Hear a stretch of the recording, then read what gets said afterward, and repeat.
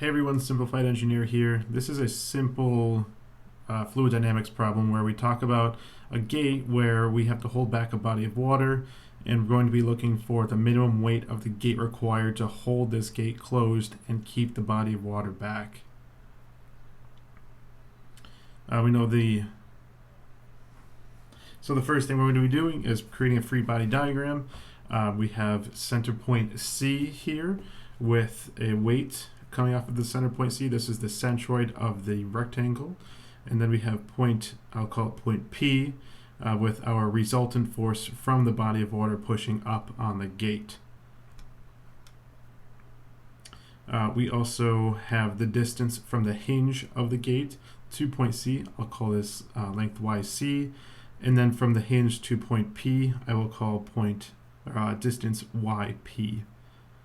And we also know that this angle up here is 30 degrees. Oh, let me rewrite this quick. We know that this distance here is 30 degrees, and we know, therefore, that there's also another 30-degree angle from the weight of the gate from vertical. I'm going to be turning our axes a couple of degrees because this will make it easier for us to write another equation.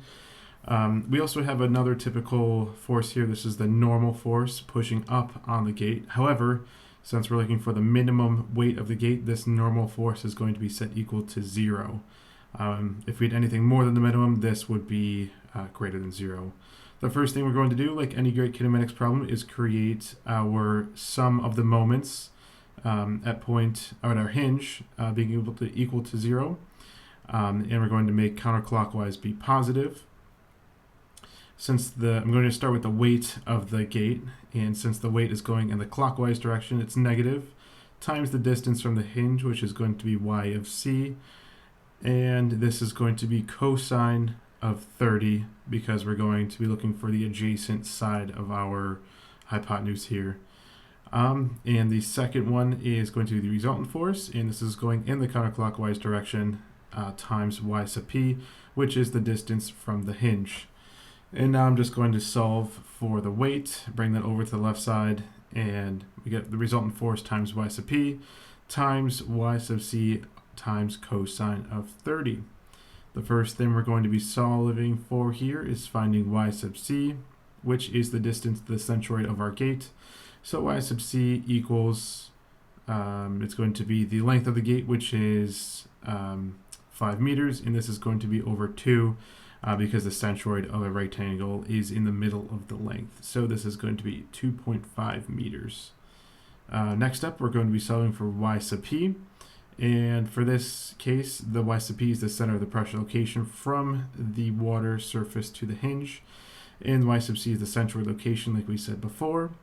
Ixx is the area moment inertia about the central axis, and A is the area of the gate.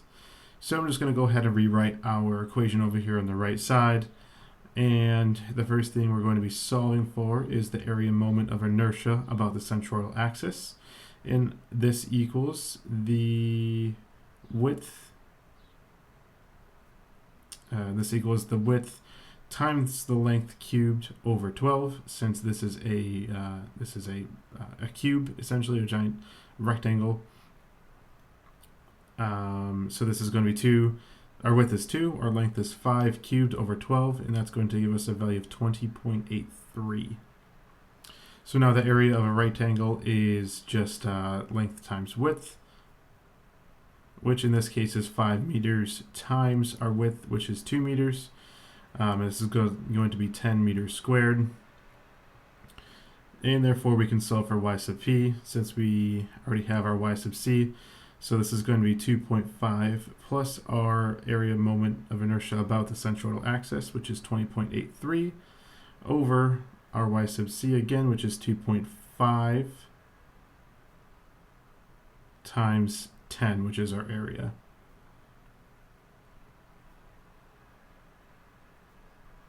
And this is going to give us a final value of 3.33 meters. Lastly, we're going to be looking here for the resultant force on the gate.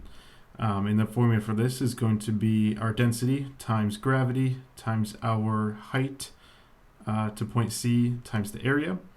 And I already went ahead here and I wrote it out on the right side of the screen. So first thing we're going to be doing is solving for h of c.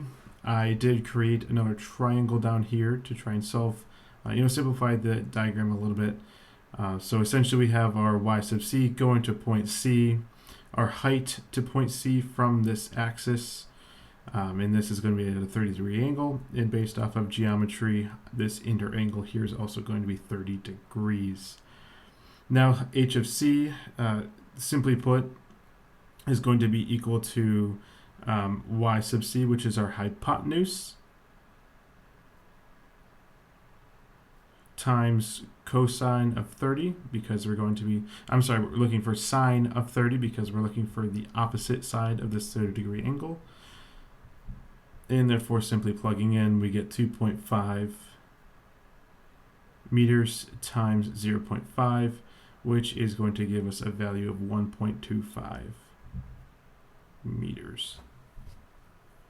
Now we can solve for the resultant force. We know the density of water is 1,000 kilograms per meter cubed, times our gravity, which is 9.81, times our HC, which is 1.25 meters, times the area of the rectangle, or the gate in this case, which is 10 meters squared.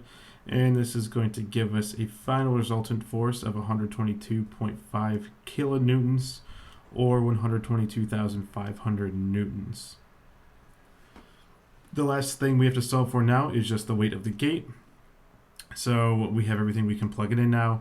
The resultant force we said before was 122,500 newtons, times our y sub p, which is 3.33 meters, over y sub c, which is 2.5 meters, times cosine of 30. And this is going to give us a final weight of the gate of 188,412 newtons, or 188.4 kilonewtons. All right, well, that was everything. That was everything. Thank you for watching, and if you could like and subscribe, that would be great. And if you have any questions, please drop them down below in the comments. I will get back to you as soon as I can. Thanks.